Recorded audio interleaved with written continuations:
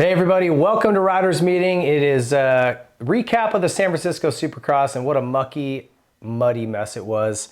I want to thank our sponsors before we get started. Rock and Turf, amazing company, artificial grass. They make some really cool mats that you can change on or put in your RV or trailer. Maxxis Tires, check out their full line of light duty truck tires, great stuff. Stoked to have them on board. Bruce Marada joining me today. Bruce, former pro racer yourself. You've done plenty of mud racing. Yep. In fact, you lost a little skin this weekend at the NGPC. Unfortunately, Ping. Had a little get together, but Yeah. You're all good, all good. Yes. I suppose you'd rather be sliding on hardpack than riding in what these guys did. Yeah, man, I never want to wish a mud race on anyone, as I'm sure you can. I hate them. Yeah, Yeah, they're horrible. They're terrible. Yeah. And it always seems crazy to me that Seattle and the Bay Area, it rains a lot in these two places, and the people deciding to build these arenas, these stadiums, don't put a roof on. Yeah. It's crazy to me, and it seems like half of the times we go there, it's muddy or mucky or ruddy. And in fact, speaking of the Bay Area, I wanted to bring in a little history for you guys. Wow, look at that thing. This was the glorious trophies for winning a Supercross back in the 90s. A really corny little awry helmet with a checkered flag and some plexiglass. This is San Jose, 1995, my first Supercross win. And this was where the racing used to be up there before it went to Frisco and then back to Oakland and now back to San Fran. So anyway, I won't leave this here the whole time, but thought it was a funny little piece of history. And I didn't even think about it in our site lap from last week, but I thought I better pull that out. Yeah, that's awesome. So the big stories up here this weekend, obviously rain and mud and muck and conditions, but really the point separation. And this is what I personally, some guys love mud. I know RJ, some of my co-hosts that have come on in the past say, oh no, I love a good mud race. It's not racing to me. You're just watching the best in the world try to survive and circulate the track without blowing their bike up. Well, and that's the thing about mud racing is you could take a rider like, no disrespect, he's a great rider, but like a Barsha. He's just on the gas the whole time. He's clutching that bike. He's just like, he's doing whatever. I mean, especially in that LCQ he was in, he was just like riding that bike so hard. Then you get a guy like Shimoda that's super calm on the bike. He's really light on the clutch. And he's just like, he's not riding as hard as like a Barsha. And the bike breaks the first lap. Yeah. So it comes down to a lot of luck, I feel, in some of these mud races. Yeah, and in the 250 class in particular, we had a lot of failures that are going to cost a lot of points and effectively take these guys out of the championship. And we'll get to more of that, but I just thought, I hate that about mud racing. Like you're starting to already thin the field out as far as who can win this title because of conditions, nothing they did. And I've had a couple of buddies go, why how are the bikes blowing up like on the second lap, Volan's bike? And they just get hot. That's the bottom line. You can't move air through because they're not going fast. Right. Then you get mud stuck in there. Then mud encapsulates the engine. So there's no even, bypass air going by the engine. It's just a nuclear meltdown. Yeah, and the weight that's added to the motorcycles too. Yeah, and the abuse on the clutch. It's just, it happens. Yeah. All right, so let's go through what went on here. Starting with the 250 class, Joe Shimoda gets the win in the opening round or opening heat. Looked good. I think Jordan did look really good in the heat. Yeah, he did make a pass on Shimoda, and then he went down in the whoops. So then Shimoda was able to capitalize on that and take the win in that one. But yeah, Shimoda looked really good in that heat. So kind of bums me out that he didn't have a great Anaheim coming back. Rode great, but just the finish wasn't there. So I think he really wanted to get back in the mix. Mm-hmm. And man, it couldn't have gone any worse for him. Yeah, it's a bummer. Ryder D wins the second heat, and this was a surprise to me. I'm thinking a kid from Bakersfield, like they don't ride the mud, Yeah, that to me. That was like the highlight for me in the whole 250 class is seeing Ryder D. He was flawless that whole race. But man, I got to point something out in that heat too. RJ's case over that finish line. Oh yeah. I don't know how he pulled that off, but he just completely framed it hard and pulls it off, rolls out of it. That right there, and that's obviously due to the mud, that's That's one thing about these mud races. I mean, it's just so risky for these guys, you know? Let me ask you this, because the track crew did take the dozer and kind of mow down some of the jumps, but I thought, man, why not really round everything off? Like, what's the point? They can't even really get off the ground. So why not just, make them kind of the whole thing rollers? Would that have been better? Yeah, I mean, it's hard to say. I mean, I think it's hard to say. Yeah, I don't know. Yeah. There's just no fixing it, I think. There really isn't. So let's get into that main event. And really, if you watch both main events, the guy that got the whole shot won. And that's no big shocking thing. That's how mud races like this typically work. It's so hard to pass somebody. So even if you're quicker and you catch them, there's one line that everyone's been cow trailing in that's a little bit more hard packed and dry and rideable.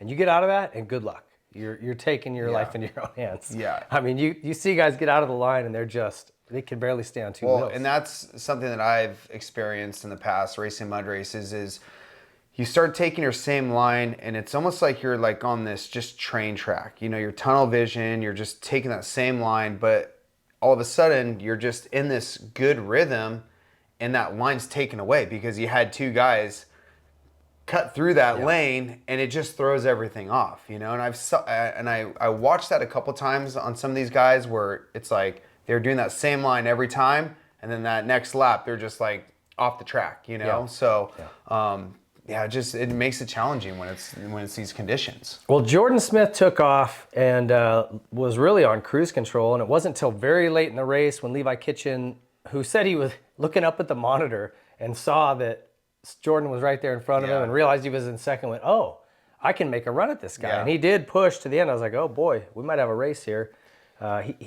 Smith picked it up enough to kind of manage it and get the win. And then Garrett Marchbanks putting on a great ride for third. I was stoked for the muck-off FXR Yamaha guys. They did really good. That's a good one from Marchbanks. So yeah, Club MX third and fourth too, with Nicoletti in fourth. Yeah, Nicoletti. I thought Nicoletti was going to hold him off though. I mean, they put on a good race. And I think Phil was a little bummed on that one because that would have been, I believe. That would have been his career best finish in the 250. I'm not really sure, but he even said in the post-race thing, like, this was probably maybe my last chance to ever get a photo. Or maybe that's what it was. Yeah. Like my last chance being So anyway, still a great ride. Mumford fifth. He put on a good ride. Yeah. Who in the hell is Anthony Bourdon? Bourdouin? Yes. I don't know how to say it. On the Suzuki. French dude. Yep. RX. Is that what he's up? Bar X? Yep. He's running number 100. I even asked him, who is this guy? I haven't heard a thing about him. Yeah. Maybe next week we'll track this guy down in the pits and find out who the hell he is. I don't know if he speaks English. I don't speak French, so I don't know what we'll do there. Yeah, he's I mean, out there in the mud, he looked really good. Well, French guys can ride. Yep. Although he did take RJ out, not on purpose, but he got squirrely over the finish. Yeah, RJ hit him and did a 180. Yeah, let me tell you, and it's unfortunate that, RJ's got to lose a red plate to a race like this, He had some unfortunate get-offs there, but the good thing with him is that he's walking away safe. Yeah. So you know what was wild? Anytime you saw somebody go down, how hard it was for them to pick the bike up, and I think somebody on the broadcast maybe mentioned it, or someone on the podium. Once your hands go into the muck, I mean, it's like having KY jelly on your hands. Yeah. I know a lot of you know what that's like. You can't, it is so slimy. And then your feet won't plant in the ground. They're sliding. And you're trying to pick up a bike that now weighs probably 280 pounds. Yeah. Good luck. And you can see I'm struggling. You're just going, pick it up, freaking pick it up. Yeah. But it's way, way harder than it looks. And that was one thing that I was going to mention is the second that your grip touches the mud or your gloves, you're done. Game over. Yeah. So this Anthony Bourdon, sorry if I'm slaughtering your name, buddy. I don't know what it is. We're going to come find you this next weekend here in San Diego and figure it out. Seventh, Joshua Variz. Great ride for him. And at Anaheim, he broke a bike in half. Yes. It was the wildest thing. Yeah, he pulled a ping there. He did pull a ping. And then but he was back in the main, or back in the night show. So good to see him put in a solid ride. He's kind of been knocking at the door, trying to do well here the past couple of seasons. Hunter Yoder with eighth. Great ride for him. Yeah, awesome by Hunter. RJ in ninth, which is a disappointment for him, but it was decent damage control. That's not Yeah. an end of the world situation. He's still in the title hunt. And then Mitchell Oldenburg sitting in 10th. And so if you're looking at the points, you got Jordan Smith now out front. Kitchen is 5 back. So real close, right in the mix. RJ's 9 back. But here was the problem. We had at least six really good guys who were all race-winning riders. They could win any given weekend. Joe Shimoda, he's out of the top 10 in points now. He's more than 25 points down. A whole race, like he's done. Title hopes are done. Yeah. Nate Thrasher, out of the top 10, more than 25 points down. And Max Voland, outside the top 10, more than 25 points down. I mean, that sucks. I mean, that's the thing about mud races that bum me out because we could have seen those guys week to week kind of mix it up and switch it up and be a really tight points battle all the way to the finish. And now it's really come down to 3 guys, unfortunately, for the title. But now these guys won't have anything to lose. Maybe they'll wing it a little harder. For sure. And, I mean, Ping, we're still only 2 races in. So anything can happen. I was looking forward to see what Volan can do. Yeah, he was riding really well. Even in that race. Yeah. Up near the front and bike goes early. We have a photo of his mechanic, his mechanic's pit board snapped in half, laying in the mud. But I mean, I don't blame him. No, that's terrible. Yeah. So massive point swing. We'll see what happens moving forward here. Here's the bad news, and we'll get into more of this when we drop our Sight Lap show on Thursday. There's rain in the forecast for next weekend. So anyway, that is what it is. Let's move on here. 450, first heat of the night. What did we say last week? You picked Jorge Prado for the win. Yes. I said, watch this guy. If it gets mucky and muddy, he's going to be good. And the son of a biscuit goes out and wins the first heat. And I was like, I knew it. I knew it. Yeah, me too. And this was exactly the conditions I thought he would shine in, where you're not really jumping anything. You're just riding the mud and trying to survive. I think I don't know this for a fact, but I would lay money down right now. That sealed the deal. He's coming back here in 25 full time. I agree with you on that one. I think from that win, I mean, the way they even they celebrated that as if it was a championship, you know, and I think that sealed the deal right there. And I think when he comes back for 2025, which I'm calling that out right now, he's going to be here. I'm going to make bets on that. He's going to be here. And when he comes back, he's going to be ready. Well, listen, you give him 4 months of riding whoops and going to different tracks and studying it and really, really focusing on it. He's already running top 10, no problem. Yeah. He's already won a heat. This guy's going to be maybe not a title contender in 25, but I think he'll be on the box and he'll be poking around, sniffing around for wins. And outdoors, hang on to your hats. And I know Chase was getting close at the end of that heat race. He was starting to really reel him in. But hey, a win's a win. Totally. So. No, great job for him. Dylan Ferrandis got the second heat win. Mm-hmm. Looked great. Stoked for the Phoenix Honda Factory Connection guys. They seem to have a really good program going over there. I see Dylan smiling more than ever. Oh, I just think that whole program they have over there is just working out really good for him. I think it's taken off a lot of pressure too, and he's kind of gets to make his own calls. Especially working with a guy like Ziggy has been great for him. But in that heat too, AP was looking really good in that one as well. Yeah, absolutely. I picked him to be up near the front going into that main event, and really it just came down to the start. And let's talk about that Rock and Turf 450 main. Chase Sexton. Holy cow. And he admitted after the race in the press conference, he goes, it actually was just kind of dumb luck. He said, I thought I saw it flinch and I just went. Yeah. And if you watch a slow-mo of this start, if you haven't seen it, try to go find the race and rewind it and watch it in slow-mo. The gate, it hasn't moved and he's going. Yeah. And it just falls. I mean, this was the biggest hole shot I've seen in a long time. Well, I replayed that because I'm like, as soon as I saw the start, I'm like, wait a second. How does he have that big of a jump? And so I literally paused, rewinded it, and I'm like, dude, he's going before the gate drops. And then hearing in the post race conference, that's where he said it was kind of on accident. Yeah. But coming into that first corner, he almost threw the whole race away. Oh yeah, he almost tucked the front end. We almost got another letter on the Moto Memes bingo card. Yeah. but it was due to the mud. Yeah. And you know what's crazy? Well, anyway, moving on. It was a gnarly start. I want to say though, and in case you're wondering about the set here, we are in our Arena Cross set studio here doing this broadcast today. We're in the middle of moving into our new studio, so it's a little bit of a scramble here. But give us a couple weeks, you're gonna like what you see. But a lot of the Arena Cross guys will line up on the far outside because it's an air actuated device that drops the gate. Okay. And you can hear it go, tsh, you can hear it release. And so the guys will hear it and just go. Interesting. And so I wonder, he was close to the doghouse, and I wonder if he heard the air actuator drop, you know what I mean, That's release. kind of what clicked to, yeah. I don't know. I didn't, when I watched it, I don't see the gate flinch. I just see him go. I don't either, yeah. So maybe it was that noise. I don't know. Anyway, very interesting. Yeah. Eli Tomac, the return of Eli Tomac. I want to talk about this. So Sexton, great race. He looked, like he said in the presser, he goes, I feel like I'm finally just staying calm. I don't really panic. I've kind of gotten to a place mentally where I'm just calm and I can just focus on what I'm doing. And it showed, at least this weekend.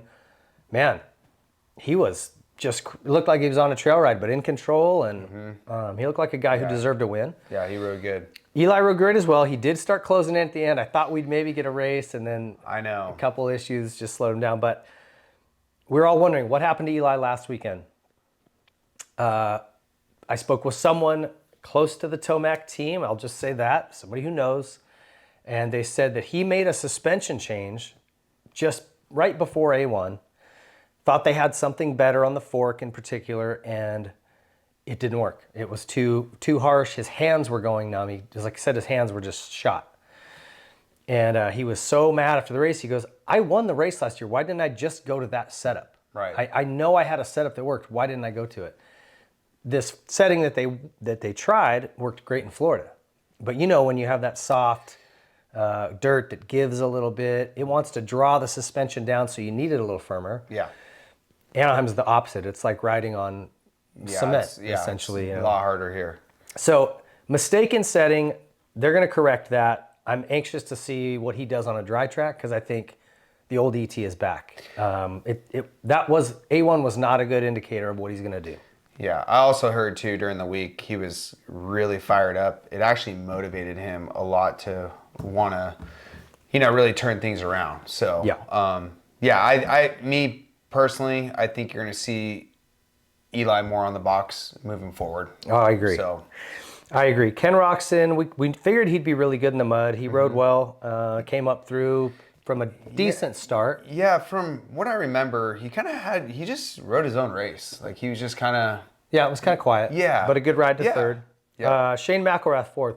Great ride for Shane. Yeah. He has not had a really good finish in the 450 class like this. And I know it was a mudder, but I'm happy for him. Shane's a great guy. Just nicest dude on the planet, So everybody was happy for him. Good for Suzuki. Who had two Suzukis in the top four? Not many people. But good for them. Good for them. Dylan Ferrandis sixth. Again, kind of a quiet ride, but solid, and that puts him in a really good position for points. Yeah. He's had two pretty solid finishes. Jorge Prado seventh. Listen, Denny Stevenson, I love you. You're my brother. But you went hard saying Prado would never sniff the top 10 in these first three rounds. And I'm wondering how that shoe tastes up in your mouth because he's ninth in points. He was seventh in this mud race, and I would bet you he's top 10 again this weekend. So, especially if it's a mud race again. I think either way. Really, the whoops are what kills him. That's it. That's the only thing he doesn't have figured out yet, and that'll come. Adam Cincerillo, good ride for him in eighth. And Jet, it's funny. Watching him ride, I kind of felt like he had the best technique. He was just standing through a lot of it where everyone else was paddling. He looked really comfortable and in control, but he did have that one tip over, came into that rut, and I think it just pushed in. Like the rut was mucky. It wasn't solid like he thought, and just pushed the front end and fell. And that, as we talked about, not only is it impossible to get the bike up, now you got a mucky left hand that you can't hold on with. So, well, I want to ask something about that too. Like for Jet, is a race like this, is this what's needed to kind of break that confidence winning streak out of Jet, or is this going to kind of turn things around and do the opposite and really light a fire under him, to turn things around, I think if anything, and I can't get inside that kid's head, he's not really normal the way he thinks. He's so mature for a 20-year-old kid, the way he races and carries himself. But I would think, he had a perfect season, comes out and wins the opener. There was already chatter with the SMX insider guys about him having a perfect season. I'm like, perfect season? Like, pump the brakes a little bit here. We're at round one, Right. that's a little early. I think it kind of takes that pressure off.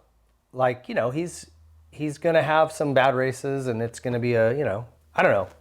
For me, I think it would take some pressure off that, are you going to win every round? You're going to win every, you know what I mean? Like, just get that out of the way. It was a sloppy, muddy mess. There's no shame in it. You fell, you got a ninth. Like, it's not the end of the world. And his brother, Hunter Lawrence, gets 10th behind him. So they wrote it in together, a little family affair for the top 10s. What's really interesting to me here is, again, the guys we lost. Because now you got Malcolm Stewart, who's a guy coming into the season. There was so much talk about how fast he was going. All the guys down there in Florida saying he was just on it. And last year at the start of the season, we saw the same thing. Incredible speed, and then he got hurt, had to fix the knee. And I hoped he'd have a good season. And it's like he's off to a really rough start. And now he's outside the top 10 by a long ways. Cooper Webb had another terrible night. He's 18 points down already. And Webb's a guy I got in this mix for the title, and he's 18 points down against Jet, Eli, Chase.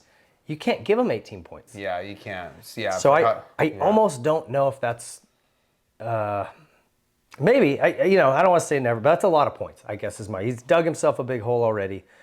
Looking at the points, Chase is leading. Jet is 7 back. So this puts Chase, he's got a nice little cushion already. 7 points to Jet, 10 to Tomac and Aaron Plessinger, who are tied for 3rd, 4th, and then Dylan Ferrandis in 12th. And Jorge Prado in 9th, like I said, and Webb's 8th with 18 points back. Yeah. So again, not out of the question for Webb, but a lot of work to do. Yeah. But we've kind of seen Webb do it before, So, this really just, these dang mud races, It is what it is, man. It's a bummer, but they happen, and you got to be able to survive them. And really, I will tell. Let me just bring up one thing. People out there watching this, help me understand Ricky's analogy of the wheelbarrows. Wheelbarrow. He was calling it a wheelbarrow, which I don't know what that is. He said it's like if you had a 50-pound wheelbarrow and a 100-pound wheelbarrow. You'd want to take the 50-pound, but you're going to take the 100-pound. That's what these guys are doing out there. I'm like, I've been like thinking about it all day. Am I missing something? What does that mean? Do you know? Am I missing it? Maybe the heavier your bike is, the more momentum it's going to push. I don't know. I don't know. I couldn't get it. Oh. I couldn't get it. I really sat up and went, I got 2 wheelbarrows. Of course I want the lighter one. What does that have to do with a muddy motorcycle? I mean, I know the bikes are heavier. Yeah. Is he saying a 50-pound wheelbarrow is your normal bike? And now you got to push around 100? Yeah, maybe that's what it is. It's a difficult analogy. Yeah. Very difficult. Anyway, having said that, I want to hit the Maxxis Tires moment of the night. And for me, this was Chase's whole shot. I mean, game changer. Listen, I really believe if Tomac had whole shotted that main, he wins. Yeah. Plessinger whole shots it, he wins. Roxon whole shots it, he wins. Ferrandis whole shots it, he wins. I think the start was like 95% of the race. Those guys are all good enough to just manage it and stay on 2 wheels and make the guy behind you try to catch you and pass you. We didn't see a lot of that, right? Both winners whole shotted their main events. And when it was time to deliver, even if it was by a fluke, damn, Chase Sexton just greased it. Yeah. That was a whole shot of the season right there. Yeah. So really good time to pull it off. Anything else you want to add? You got anything else in your notes? That's, just these mud races just always, as you know, they're just always so hard to prep for. And I want to mention something about the mud races. Not only is it hard for these riders, but the whole team. Oh, yeah. Everyone that's involved, your gear guy, goggle guy, helmet guys, just everything, the cleanup, they're just such a mess, you know? And yeah, it's... Well, here was the other thing that was funny. Ironically funny. The city of San Francisco, in their infinite wisdom, said, guys, we can't have you riding from the track to the pit. We don't want mud on our streets. But okay to have heroin needles and doo-doo. We don't care about that, but no dirt, Right. please. Wash them here. They made the guys wash them at the stadium before they brought them back to their trucks. It's crazy. It's crazy. Yeah. But anyway, we're through it. Luckily, no big injuries that I know of, right? No. That's good. That was a positive. Yep. And you got to see the best riders in the world in Supercross look, you know, probably like most of us look riding around the track, you know, a little out of control, not that fast. So, hey, thanks for joining me for this. We appreciate it. I want to thank our sponsors again, Rock and Turf. Check those guys out. If you need any artificial grass or you want those cool mats they're making, really, really cool for, like I said, your RV, your truck, trailer, outside your house. I use them to change gear on. Go to rockandturflandscape.com and maxxis.com if you're looking for their light truck tires. They make a full line of all kinds of cool stuff, so check those guys out. We appreciate their support. And stick around Thursday. Come back. We have Sight Lap coming up, looking ahead to San Diego, and we'll talk about all the championship implications, what we got coming up, and things to look forward to this weekend in Snapdragon Stadium. Thanks for tuning in. For Bruce Marada, I'm David Pingree. We'll see you guys. If you like this video, please be sure to leave a like, subscribe to the channel, hit the notification bell so you don't miss any of our future videos, comment what you thought, and share it with your friends.